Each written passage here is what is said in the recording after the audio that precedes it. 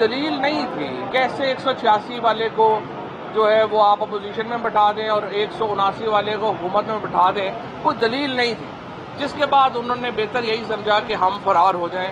اور ایک نئی اصطلاح ہم نے سنی، کبھی ہم نے سنا تھا کہ کوئی پولیٹیکل پروسیڈنگز کا بائیکاٹ ہوتا ہے، کمیٹیوں کا بائیکاٹ ہوتا ہے، کئی دفعہ اسمبلی کے اجلاس کا بائیکاٹ ہوتا ہے، کئی دفعہ میٹنگز کا بائیکاٹ ہوتا ہے، لیکن یہ ہم نے نئی اصطلاح پاکستان میں متعارف ہوئی کہ ہم سپریم کورٹ کا بائیکاٹ کر رہے ہیں۔ کل چیف جسٹس صاحب نے لا منسٹر کو، اعظم تارڑ کو، یہ بات کہی تھی کہ کیا آپ یہ کہنا پاکستان کی جو موجودہ حکومت ہے وہ پاکستان کی سپریم کورٹ کو تسلیم نہیں کرتی، جس کے اوپر لا منسٹر تھوڑا پیچھے ہٹے اور انہوں نے اپنے موقف میں تبدیلی کی اور کہا کہ نہیں ایسی بات نہیں ہے، یہ ہے وہ ہے۔ لیکن مجھے لگتا یہ ہے کہ ان کے جو لیڈرز ہیں وہ اسی بات میں مصر ہیں اور پاکستان کی حکومت پاکستان کی سپریم کورٹ کو تسلیم نہیں کر رہی۔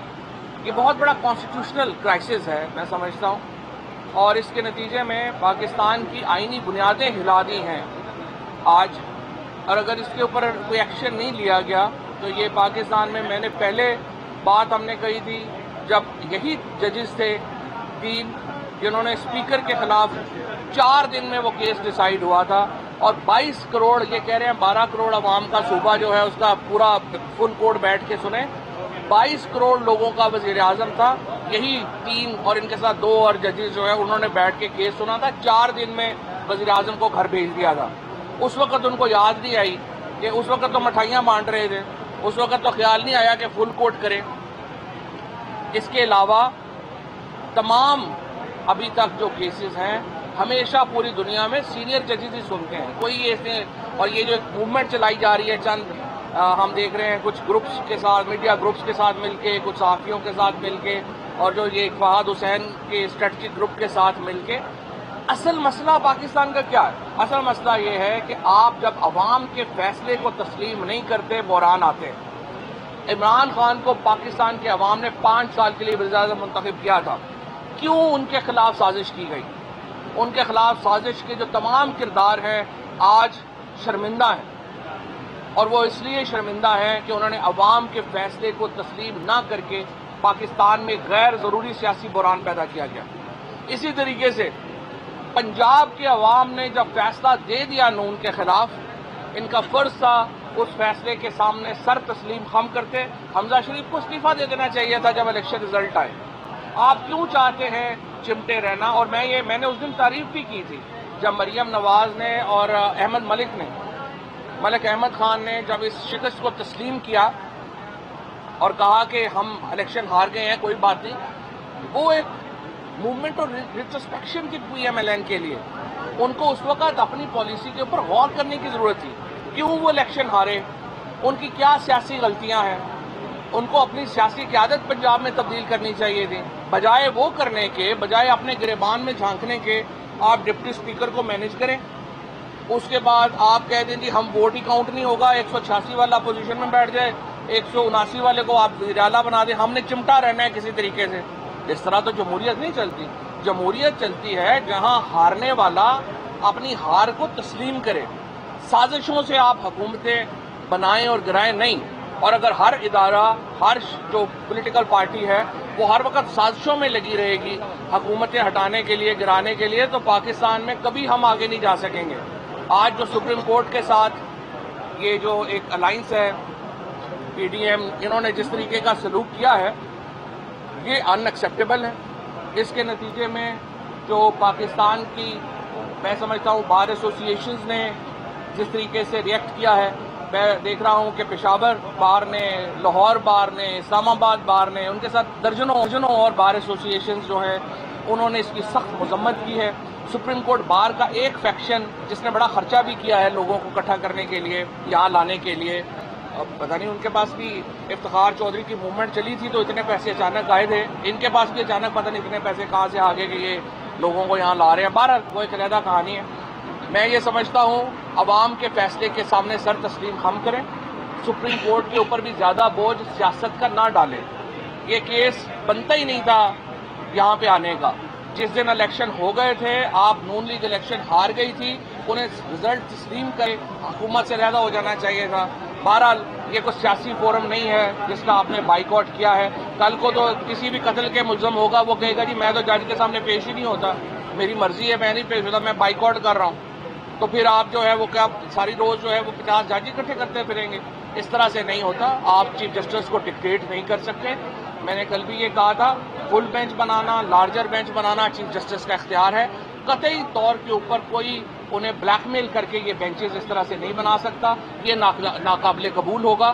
عدلیہ کو آزادی سے کام کرنے دیا جائے, بلیک میلنگ ختم کی جائے, اور میں ایک میڈیا کے حلقے کو بھی کہتا ہوں اپنے پاؤں سے آگے دیکھنے کی ذرا صلاحیت پیدا کریں. اور آپ پنجاب کا الیکشن ہار گئے تھے, علیحدہ ہو جاتے. شکریہ جی.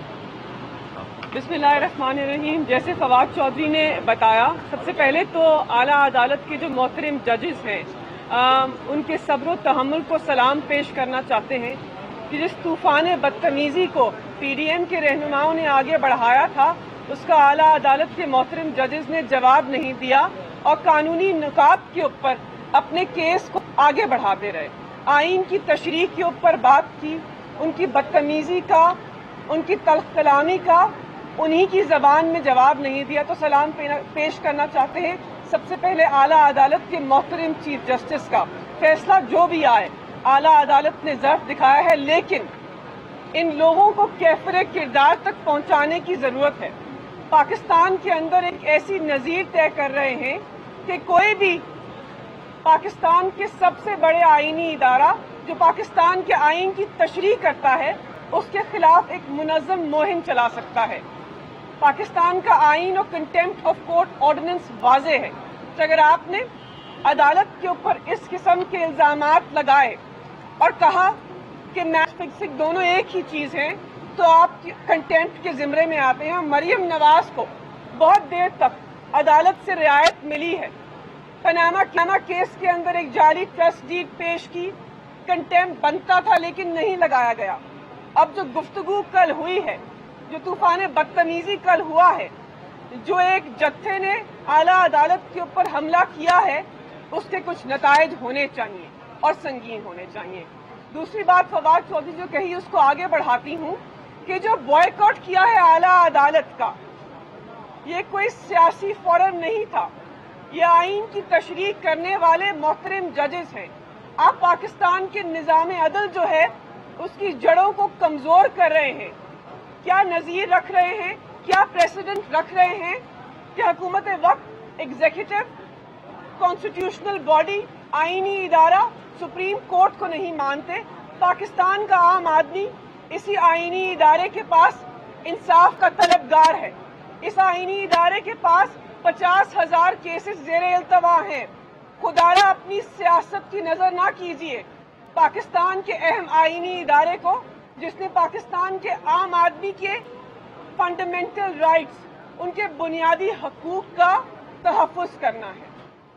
ہماری یہ خواہش بھی ہے کہ اعلیٰ عدالت آج فیصلہ دیں گے, اور جو فل کورٹ کا کل انہوں نے فیصلہ دیا ہے شارٹ آرڈر میں کہ وہ مسترد کرتے ہیں, وہ درست فیصلہ ہے.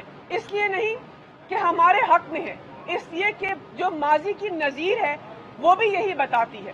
اعلیٰ عدالت کے تحریر نامے بھی یہی بتاتے ہیں کہ فل کورٹ کا بینچ تب بنتا ہے جب کوئی بہت پیچیدہ آئینی مدعا زیر غور ہو, جیسے کہ این آر او کی ترمیم, این آر او امینڈمنٹ مبشر حسن کیس کے اندر, 18ویں ترمیم, 21ویں ترمیم. یہاں پر تو اعلیٰ عدالت کے محترم چیف جسٹس اور ان کے 2 محترم ججز نے اپنے ہی فیصلے کی تشریح کرنی ہے, اپنے ہی فیصلے کو اپلائی کرنا ہے کچھ فیکٹس کے اوپر. تو یہاں پر فل کورٹ کی جو استدعا تھی وہ غلط تھی. اعلیٰ عدالت نے صحیح کیا ہے کہ وہ اختیار اپنے پاس رکھا ہے اور ان لوگوں کو نہیں دیا جو ان کو کل سے بلیک میل کرنے کی کوشش کر رہے تھے. بہت شکریہ. آج انشاءاللہ تعالی اگر عدالت پنجاب کے عوام کے حق میں فیصلہ کرتا ہے تو کرائم منسٹر اور اس کی امپورٹڈ حکومت انشاءاللہ تعالی ختم ہونے جا رہی ہے.